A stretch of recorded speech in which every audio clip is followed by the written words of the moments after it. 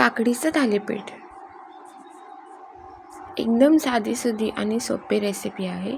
इथे मी एक काकडी सोलून घेतली आहे. आता हिला मी किसून घेणार आहे.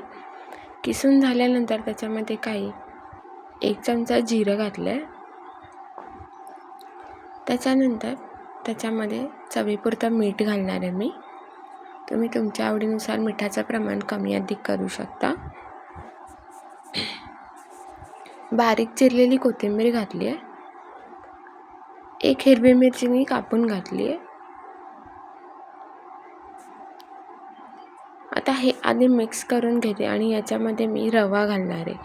आता रवा आपल्याला जाड किंवा बारीक कोणताही चालेल.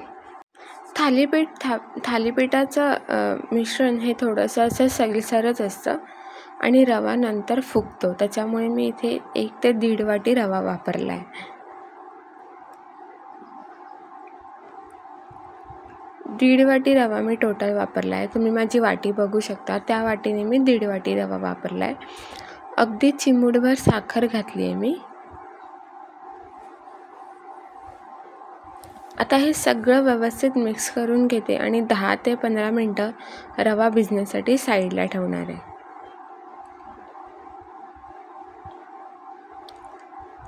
उन्हाळ्याच्या दिवसात शरीराला थंडावा देण्यासाठी आपण वेगवेगळे पेय बनवतच असतो किंवा पदार्थ बनवत असतो. एकदा हे थालीपीठ नक्की करून बघा.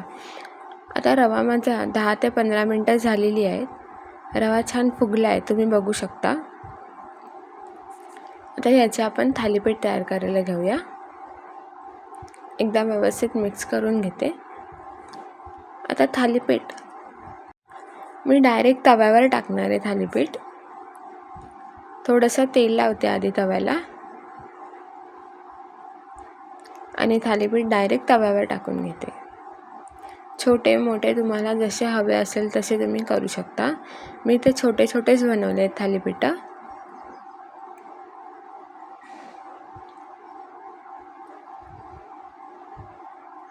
साईडने थोडंसं तेल सोडलं आहे आणि आता हे दोन्ही बाजूने छान खरपूस असं भाजून घेणार आहे. तेल सोडतानाचा व्हिडिओ माझ्याकडून स्किप झाला. दोन्ही साईडने छान असा खरपूस भाजून झाले, तुम्ही बघू शकता.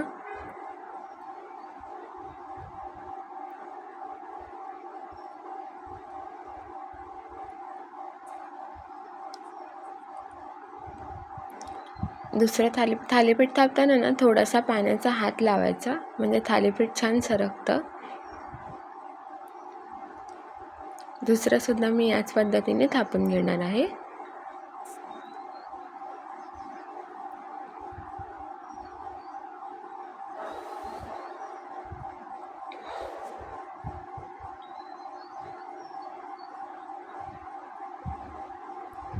थोडंसं तेल सोडणे साईडने आणि आता ह्याला छान खरपूस असं भाजून घेणार आहे. मस्त खरपूस असं काकडीचं थालीपीठ तयार आहे. हे मी दह्याबरोबर सर्व केलं आहे. व्हिडिओ आवडल्यास लाईक, शेअर आणि सबस्क्राईब करायला विसरू नका.